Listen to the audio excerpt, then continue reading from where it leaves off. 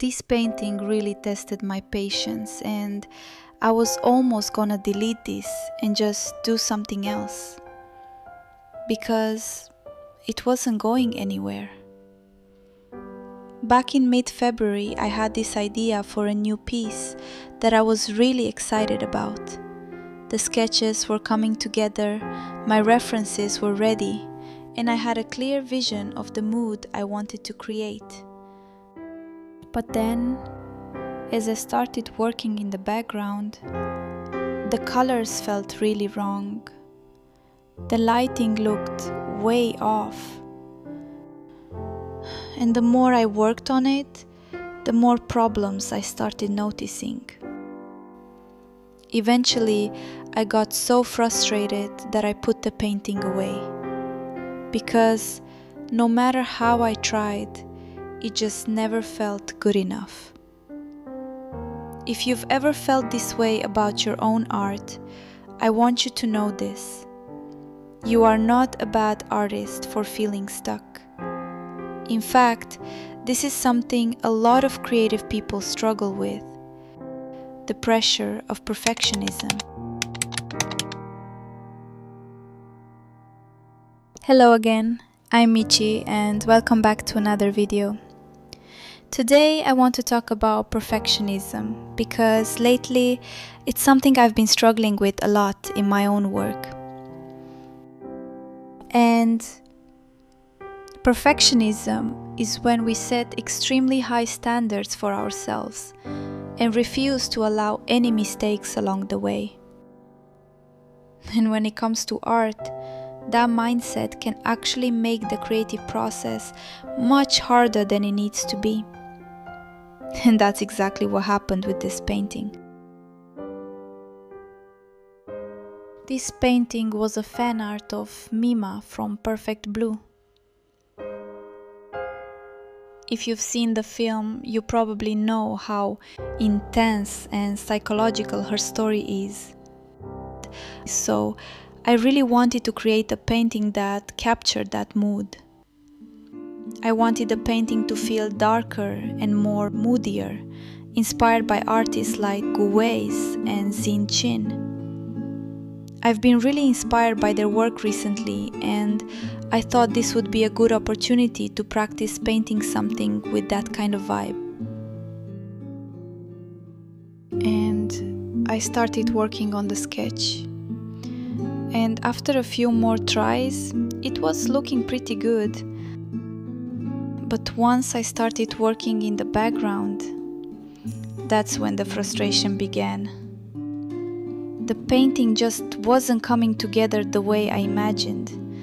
And if you watch the speed paint, you can probably see that struggle happening. Normally, when I paint, the process feels a bit like solving a puzzle. You don't get everything right on the first try, and it's more like figuring things out step by step. But this time, it felt different. After adding the base color for the face and neck, something felt completely off. The character looked like she was existing in a totally different space from the background.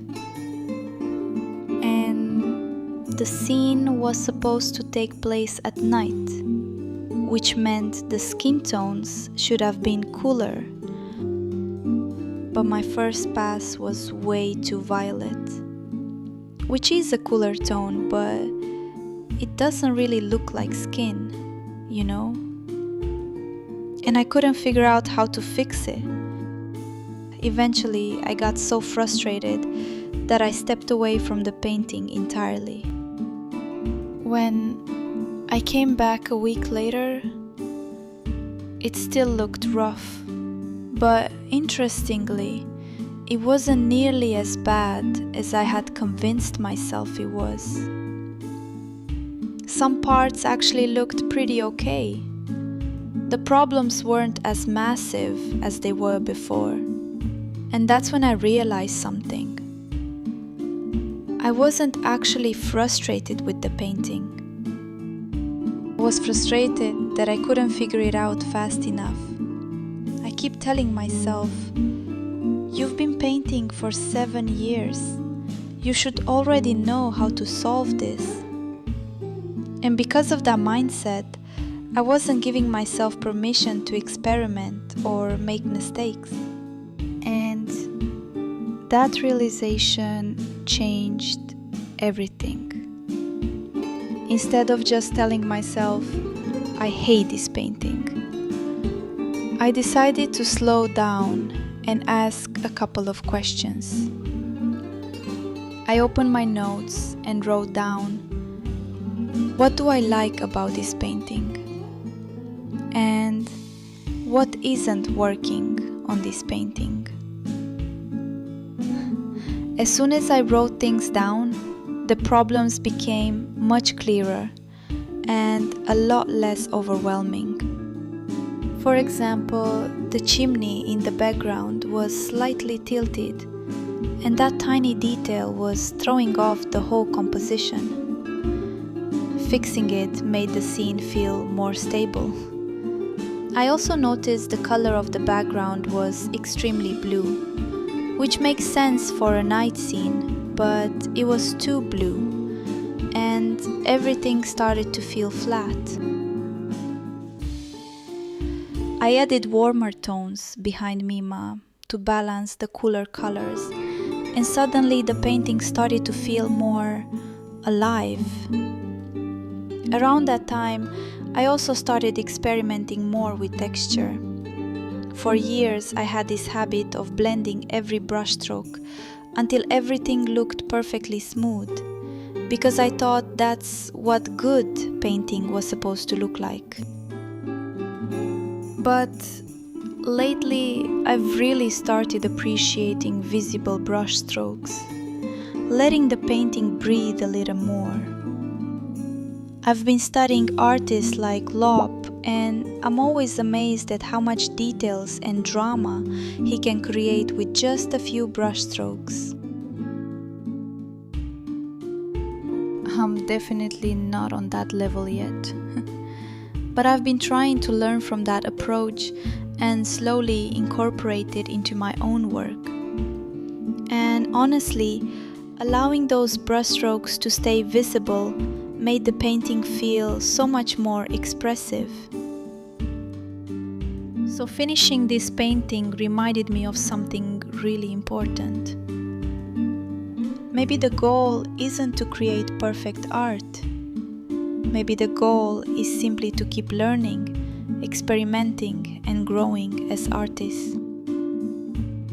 Because for a very long time, I thought that because I've painted for years and shared my work publicly online, that I should always know what I'm doing. Like, I'm not allowed to make mistakes anymore. And making mistakes started to feel like failure.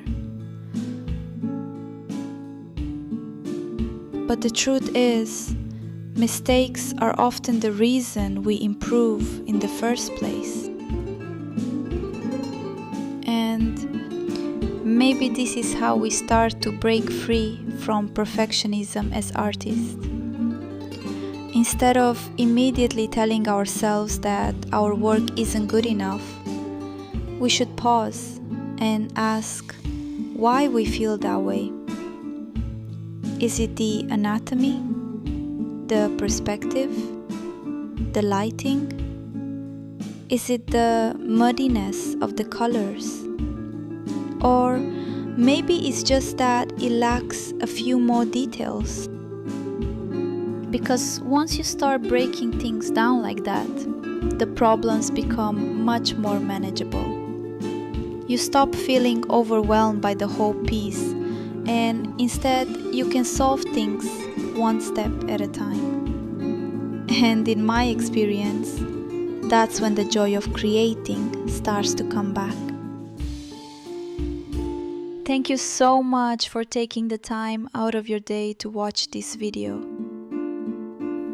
I really hope you are able to take something away from my experience working through this painting. Perfectionism is something I'm still learning to deal with, And I'd really love to hear your thoughts too. How do you deal with it when your work doesn't feel good enough? Let me know in the comments below. I'd really love to read your thoughts and talk with you there. Take care, and I'll see you in the next video.